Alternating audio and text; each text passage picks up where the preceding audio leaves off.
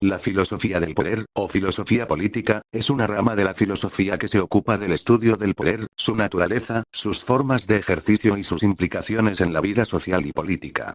Examina cómo el poder se manifiesta, se distribuye, y cómo se utiliza en la sociedad para influir en las decisiones y acciones de otros.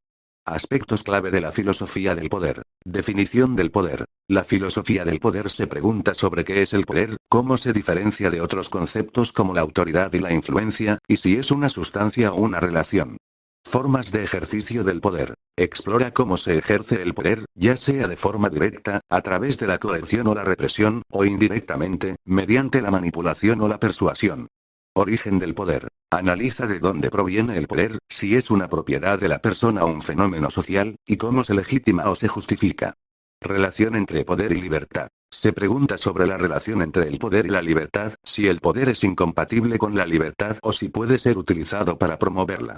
El poder en diferentes ámbitos. Examina cómo el poder se manifiesta en diferentes ámbitos, como la política, la economía, la cultura y la vida cotidiana. Pensadores clave en la filosofía del poder. Michel Foucault. Foucault es un pensador clave en la filosofía del poder, especialmente por su enfoque en la noción del poder como una relación que se ejerce y no se tiene, y que se manifiesta en todos los ámbitos de la vida social.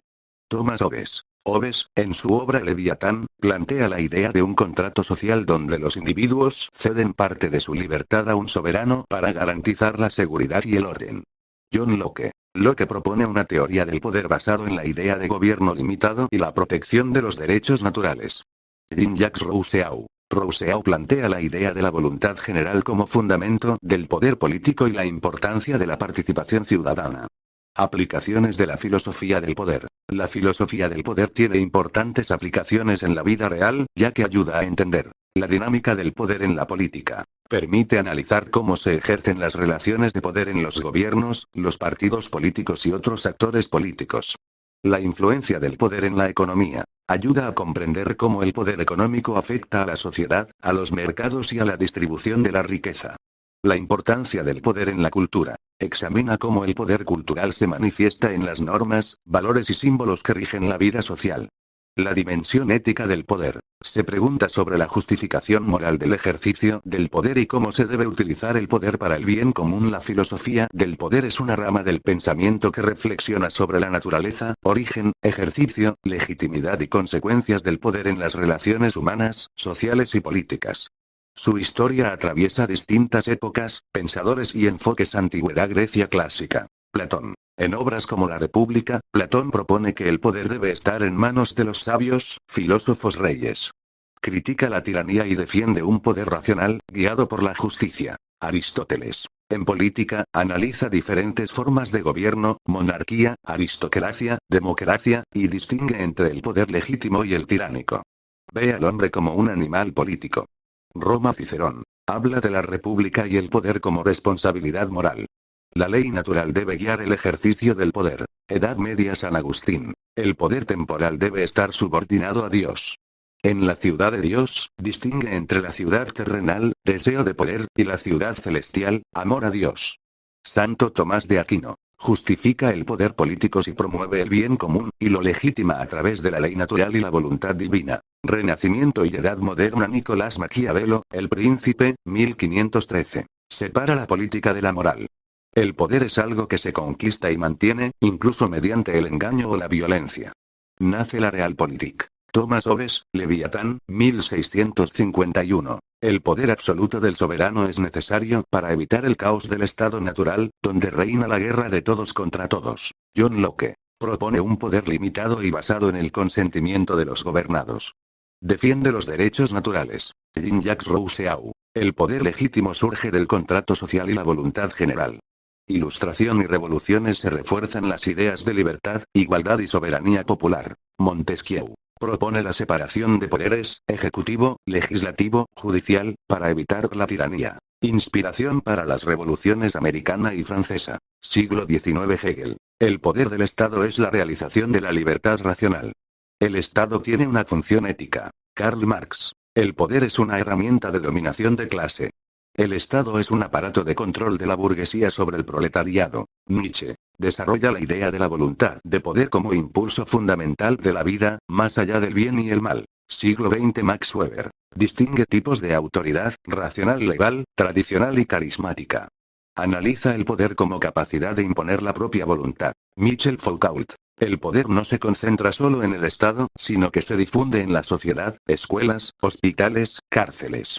Analiza la microfísica del poder y cómo produce saber y normaliza conductas. Hannah Arendt. Diferencia entre poder, acción colectiva y legítima, violencia, fuerza física, y autoridad. Cree que el poder surge de la acción política común. Antonio Gramsci. Introduce el concepto de hegemonía, donde el poder domina también por consenso cultural e ideológico, no solo por coerción. Siglo XXI. Se exploran nuevos enfoques del poder. Poder en redes digitales, Zuboff, capitalismo de vigilancia.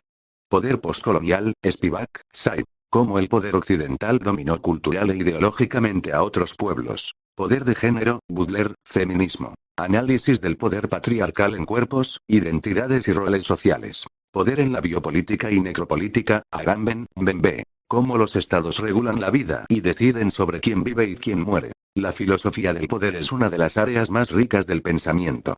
Desde Platón hasta Foucault, ha pasado de concebir el poder como algo centralizado y vertical a entenderlo como algo difuso, relacional y presente en todos los ámbitos de la vida. La filosofía del poder no es una escuela cerrada ni un movimiento con inicio y fin definidos, sino una línea de pensamiento que atraviesa toda la historia de la filosofía. Desde la antigüedad hasta hoy, muchos pensadores han reflexionado sobre qué es el poder, cómo se ejerce, quién lo debe tener y con qué fines. ¿Cuándo empezó la filosofía del poder? Inicia en la antigua Grecia, siglo V a.C., los primeros en reflexionar sobre el poder fueron los filósofos griegos, al pensar en el orden de la ciudad, polis, y en quién debía gobernar. ¿Qué hicieron? Sócrates y Platón se preguntaron quién debía tener el poder. Platón propuso que los sabios, filósofos, gobernaran, porque tenían conocimiento del bien. Aristóteles analizó las formas de gobierno, monarquía, aristocracia, democracia, y dijo que el poder es natural al ser humano, porque es un ser político. Edad Media, siglos X, el poder se entendía como otorgado por Dios. Lo espiritual estaba por encima de lo político. ¿Qué hicieron? San Agustín dijo que hay una ciudad terrenal, poder humano, y una celestial, poder divino. El poder humano está corrompido por el pecado. Santo Tomás de Aquino justificó que el poder del rey era legítimo si obedecía a Dios y a la ley natural. Renacimiento y Edad Moderna, siglos XV, Sbirri, comienza una visión más secular, no religiosa, del poder. Nace la ciencia política moderna. ¿Qué hicieron? Maquiavelo, El Príncipe, 1513. Describió cómo se obtiene y mantiene el poder, sin importar la moral. Fundador del realismo político. Hobbes, Leviatán, 1651. Propuso un poder absoluto para evitar el caos social. El pueblo cede su libertad al soberano. Locke defendió la libertad individual y el poder limitado.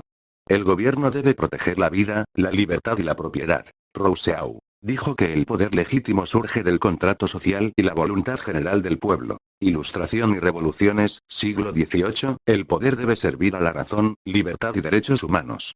Nacen las ideas modernas de democracia. ¿Qué hicieron?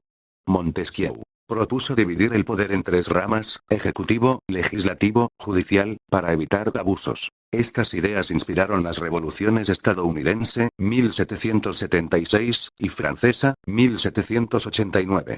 Siglo XIX. Aparecen críticas profundas al poder desde la historia, la economía y la filosofía. ¿Qué hicieron? Hegel dijo que el Estado es la realización de la libertad racional. Karl Marx afirmó que el poder es una herramienta de la clase dominante, burguesía, para oprimir al proletariado. Propuso una revolución social. Nietzsche dijo que el poder es un instinto natural, voluntad de poder, y criticó la moral tradicional. Siglo XX. Se empieza a ver el poder como difuso, oculto y cultural, no solo político o económico. ¿Qué hicieron? Max Weber analizó el poder como dominación y clasificó sus formas: legal, tradicional, carismática. Michel Foucault revolucionó la idea de poder. Dijo que el poder está en todas partes, escuelas, prisiones, hospitales, y moldea nuestras vidas. Estudió la biopolítica, control del cuerpo y la vida. Hannah Arendt dijo que el poder surge cuando las personas actúan juntas.